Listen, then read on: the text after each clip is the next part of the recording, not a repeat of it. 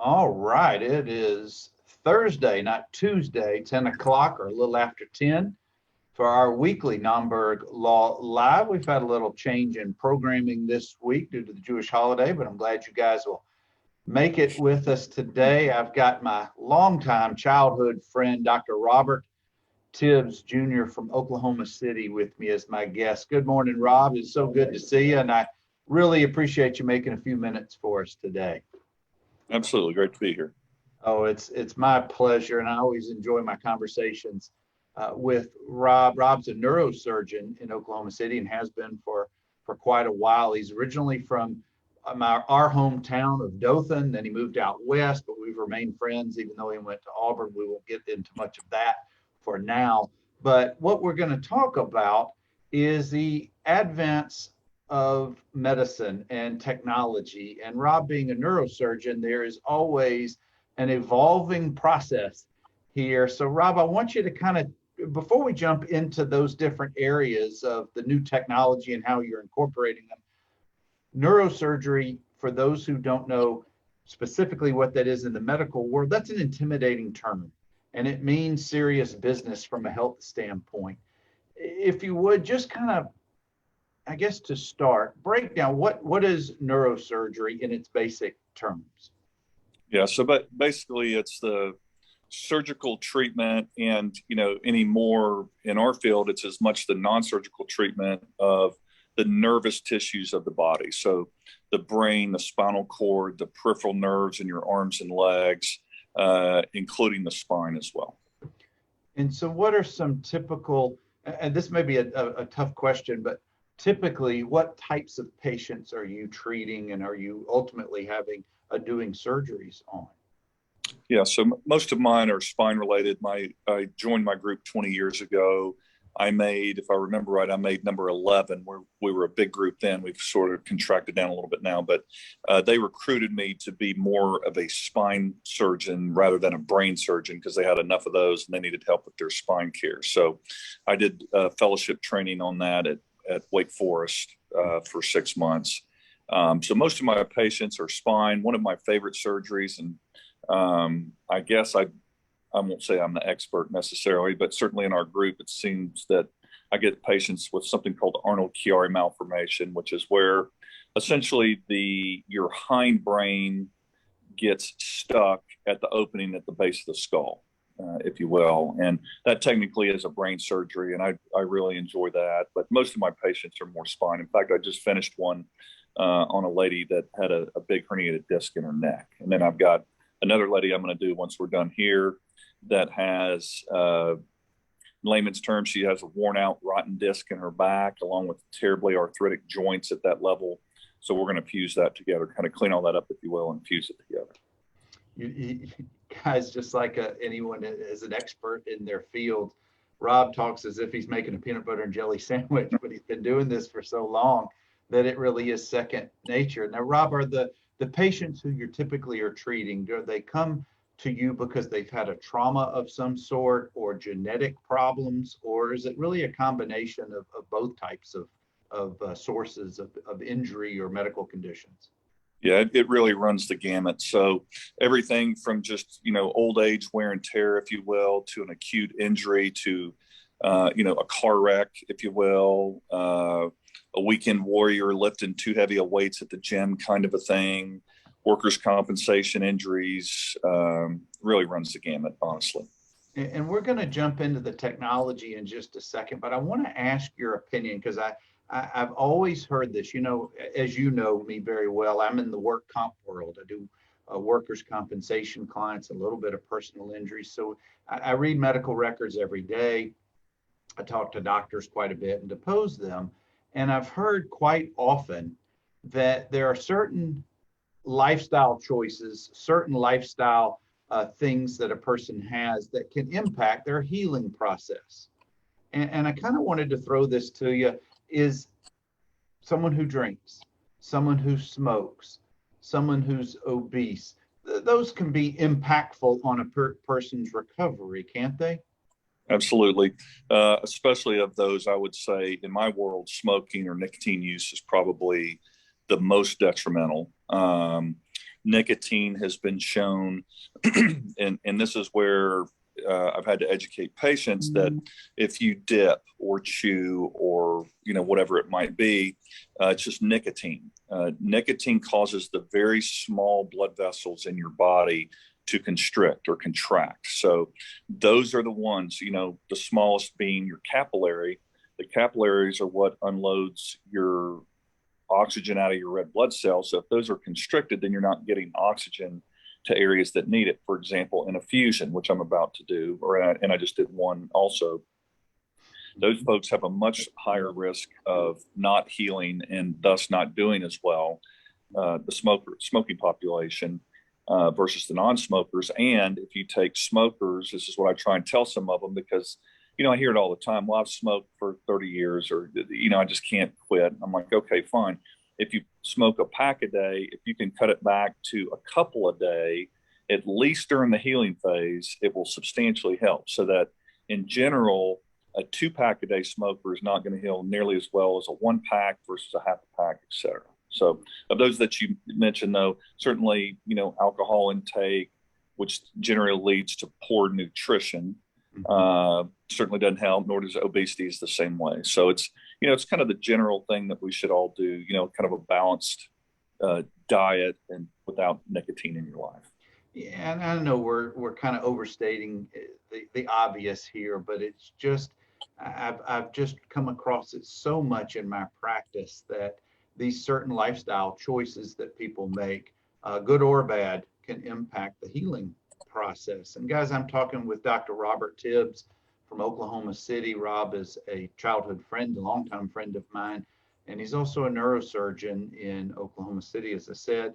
But we're going to talk about now, I want to explore how the ever evolving world of technology is making an impact on the types of surgeries that you're doing.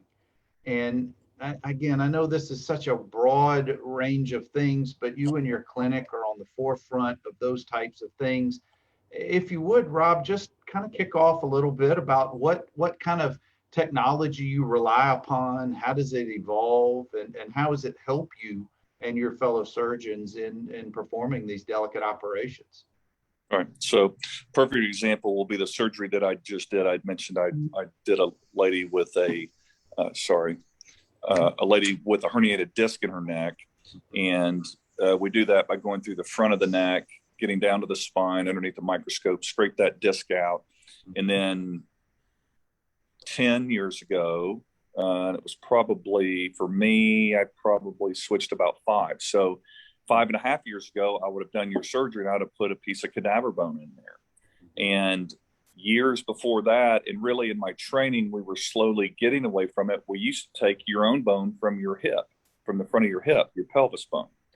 And that has a lot of potential morbidity with it, especially pain, that once you've harvested bone from your pelvis, it's very difficult to treat. You kind of have a hole there. It's sore. It's painful. It's about where your belt line is.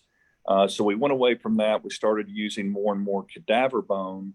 And then several years ago, for me personally, I wasn't doing my surgery any differently. My patient population was the same. It wasn't like I was all of a sudden getting a whole bunch more smokers or something. I was just having more and more people not heal. And I think the companies had changed in some way that they processed the bone. I don't have a good explanation for it, but the long story is I switched over to something that's called PEEK, P-E-E-K, which stands for polyether ether ketone. And what it is it's a medical plastic, if you will. So it more resembles the elasticity of a disc than a rigid piece of bone. Now, that's not to say it's not rigid at all. And what I'm using now is this PEEK, and it has a metal coating on either side. So you've prepped the bone, or the disc rather, and now I'm going to put the piece of PEEK in there. And the edges where it touches the bone is where this metal is. And it's very rough. It's like a sandpaper, so that it really grabs that bone when you put it in, which is what you want for healing. And it's hollow. It looks like a small lifesaver, if you will.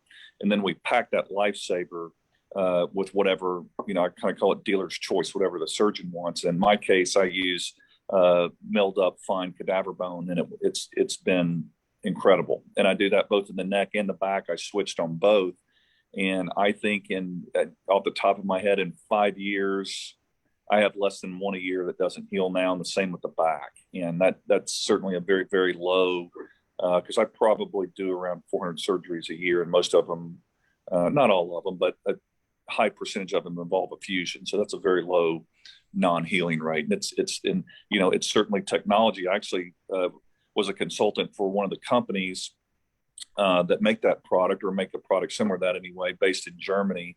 And I got to go over there and watch the machinery that cuts this peak, if you will, which is just a man-made product. It's a chemistry experiment, and they can cut it into any shape you want, because we had all sorts of discussions with them about, this design would be better than that, et cetera. And we sort of worked with them on designing this. And then they brought up this, it's called plasma coated peak, which is this sprayed metal on the ends.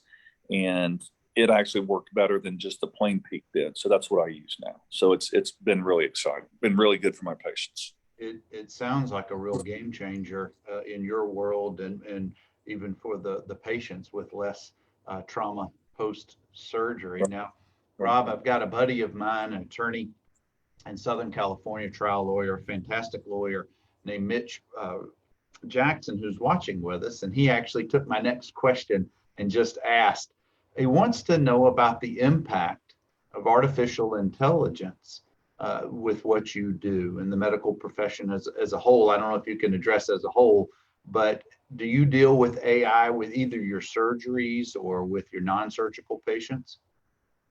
Right now, no. With COVID, our meetings, were canceled last year.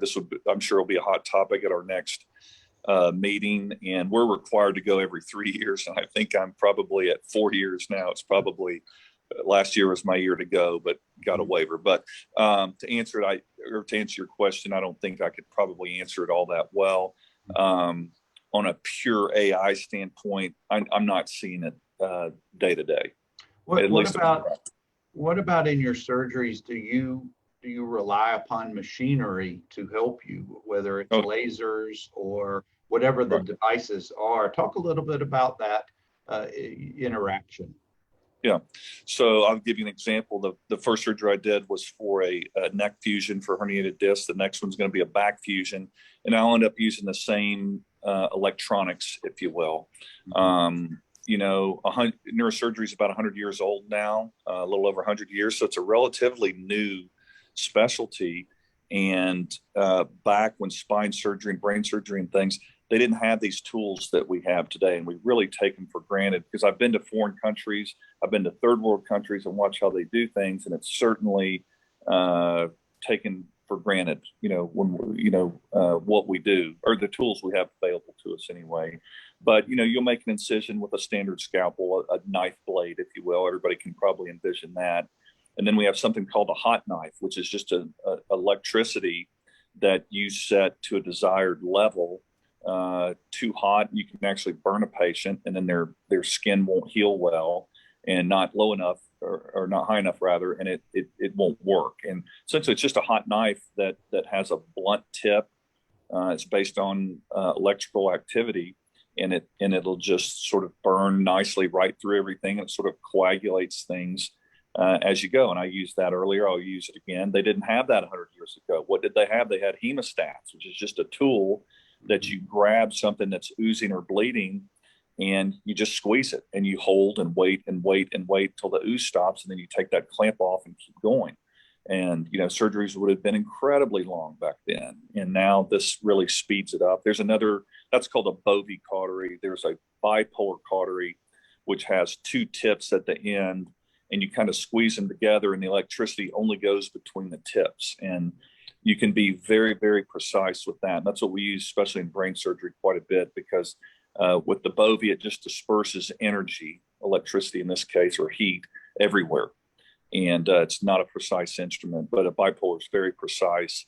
Again, I'll use that. I used what's called fluoroscopy, which is a real-time X-ray machine. You can take a quick snapshot, if you will, A lot of times I'll have them turn it on and go what we call live, meaning leave it on for different reasons, for different procedures that I'm doing. I'll need that. They certainly didn't have that, many years ago, and it allows us to very precisely image where we're at or know where we're going. I use an intraoperative microscope, which is a very high resolution German microscope that illuminates everything very nicely. Again, I used it on the first surgery this morning. I'll use it on this other one coming up. I can't even get into the technology of that because I don't know how that thing works. They're very expensive, and they're an essential part of what we do. What we don't have here that's a bit newer is called, excuse me, it's called an O-arm. And that's almost like a real-time intraoperative CAT scan, so that you can you can have a CAT scan prior to the surgery. It's sort of downloaded, if you will, into a computer. Then as you use this device, which can kind of roll over the patient in different planes, it'll give you a real-time 3D image of their spine. Or whatever body part for that matter. And then even more advanced than that, we were one of only 4, if I recall. I did my training at University of Mississippi in Jackson. We were one of only, I think it was 4 institutions that had an intraoperative MRI machine. So we could do surgeries with an MRI. So you would operate a bit, get an image, see, especially for very delicate brain tumors that are in a not so favorable location. It was incredibly helpful. And the use of all this awesome technology, does it help cut down the time it takes for you to perform the surgery? Absolutely, tremendously. I mean, without it, some of the third world countries, for example, if I'm going to operate on your back right now and I want to be there's 5 levels in your back and I want to be at the 3rd level because you have a herniated disc there, we can get the fluoroscopy image in surgery. I can make a very small incision, do your surgery. If you were in one of these third world countries, you would get an incision that's probably a foot long, maybe longer, and they would count up from your pelvis. They would find your pelvis and then count up 3 levels to know that they're at the 3rd level. Wow. And along with that, the shorter the time it takes you to perform the surgery, does that correlate with the recovery time for the patients? Absolutely. So the longer a surgery takes, the more risks you're under, more risk of blood loss, higher risk of infection. You got all the risk associated with anesthesia, which pretty much these days is very, very safe. But nevertheless, if I can do a surgery in an hour and not 4 hours, sort of common sense to conclude that it's going to be better for you.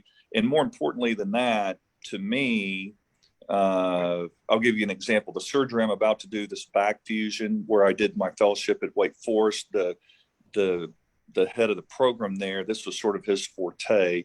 And admittedly, I don't think that I was as well trained on that procedure as I would like to have been coming out of my training. So this was actually perfect for me because it's a huge part of what we do here. And when I first got here, I had 2 spine fellowship trained partners, and that would take them about 5 hours typically. And I'm going to do this one, and it'll probably take me about 90 minutes. So it's mainly just technique oriented, a little bit of technology, but more technique on losing wasted steps. So my point being that once I had done my fellowship and then I had gotten very efficient at this procedure, when I would make rounds on the weekend, for example, my patients are up and walking around and, ready to go home, and my partners are really hurting. And so to answer your question, yeah, you're the longer the surgery, the sorer you're going to be, because we have retractors holding apart whatever body area it is, body part that we're working on. And the quicker we can get in and get out, the less discomfort you're going to be in, and the quicker you're going to recover. Wow, you make it sound so easy to explain. I really appreciate you taking some time with us. Guys, I'm talking with Dr. Robert Tibbs at Oklahoma City. Rob is a childhood longtime friend of mine. He's a neurosurgeon. We're talking about technology and how it assists him in his surgeries. Now, all of the new technology and the tools and the computers, All of that can be great, assuming you know what you're doing and it doesn't frustrate you or it doesn't break down. But here's my question for you, Rob.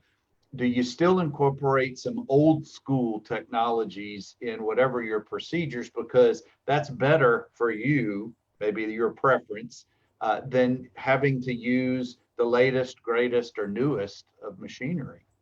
Yeah, exactly. And we have to assume we have to have a contingency plan. I can't have you all the way open and now all of a sudden all this wonderful fancy technology doesn't work. I can't just sew you up and say the whatever machine broke. That's just not going to work. So you have to know how to do things the old school way. And so I can do every single one of them without a microscope, without all these other things. I can use hemostats instead of the Bovie and the bipolar and things that we talked about. I can even do it without the X-ray. Gets a little technically difficult because you really do, especially in a neck. It's hard to count levels. Guess. You don't want to guess on someone. You obviously want to, especially in my profession, you want to be very precise. But where I trained was excellent. I had several doctors that would intentionally contaminate the technology and say, okay, you can't use this surgery. You're going to have to do it the old school way. So I was forced to learn, we have a lot of fancy tools when we do a brain surgery, especially, to essentially cut a piece of your skull off and then we put it back on. Well, we can do that without any power tools because I've done it and we can still do it if needed. It's certainly less than ideal, but things are there. They did it that way many, many years ago, and we still have those tools today. Well, I was a couple more, and we're going to get you out of here. I know you've got to go, and we really appreciate your time. Yeah. What about the modern medical student? You're old. I'm old. We came in and out of our training in our respective professions years ago. You've learned on the job about the new technologies. What about the current medical student who's coming through? And I suspect you have students you're training, but they may or may not have learned the old school ways. They may just be, they grew up with this, not, with this. How are they learning both ways? The old school way that you grew up on and have explained, and now the new school computer generated or computer aided ways. We don't get, I'm at a private hospital. We don't get a lot. We get a very rare student. So I can't speak to that, very eloquently, but I would guess it's very technology driven today. I think it would be remiss for those training those students to not at least impart some of that wisdom and technique to them moving forward, because you said it and I said it, the electricity is going to go out. Something's going to happen at some point. And if you don't know how to get out of that, you're going to be in a world of hurt. So I would be hopeful that they are being taught what to do. I hate to say it that way, but in an emergency, because it's really not an emergency. You just need to know what you're doing and how to do it. Gosh, such great information, Rob. I sure appreciate you sharing your experiences, your expertise, and taking some time. But I'm not going to let you get out of here without a couple of sports predictions. I know you and I both talk sports all the time. I need to know, are the Astros going to win the World Series? Is Auburn going to be the national champs this year? What do you got for us? Auburn will not be national champs this year. They're rebuilding, and they'll be back. Well, more importantly, before we go to the Astros, will they win the Iron Bowl? It doesn't matter what their record is going in. Not this year? Not this year. Next year. All right. What about the Astros?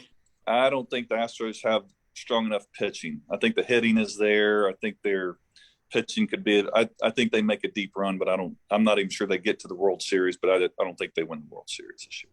Well, my humble prediction right now is the White Sox are going to win the whole thing, but I could be wrong. Rob, I want to thank you for spending some time with us. This is why I do this program every week for about 4 years now. Nomberg Law Live usually is on Tuesdays, but with the Jewish holiday, we switched it, and Rob's schedule was able to accommodate. So again, thank you, Rob, for spending some time. Dr. Robert Tibbs out of Oklahoma City. We're talking about neurosurgery and the use and aid of how technology makes his job a little easier most of the time. It also helps with his patients and their recovery. So thank you again, Rob. Thanks for having me, and War Eagle. I can't say it back, bud. I'm sorry. I got to go roll tide and anchor down. Well, guys, thank you again. We'll catch you again next Tuesday at 10 o'clock Central. Just please continue to be safe for you and your family. Do the right thing and just be patient. Hopefully we'll come out of all of this pretty soon. Y'all be well. Take care.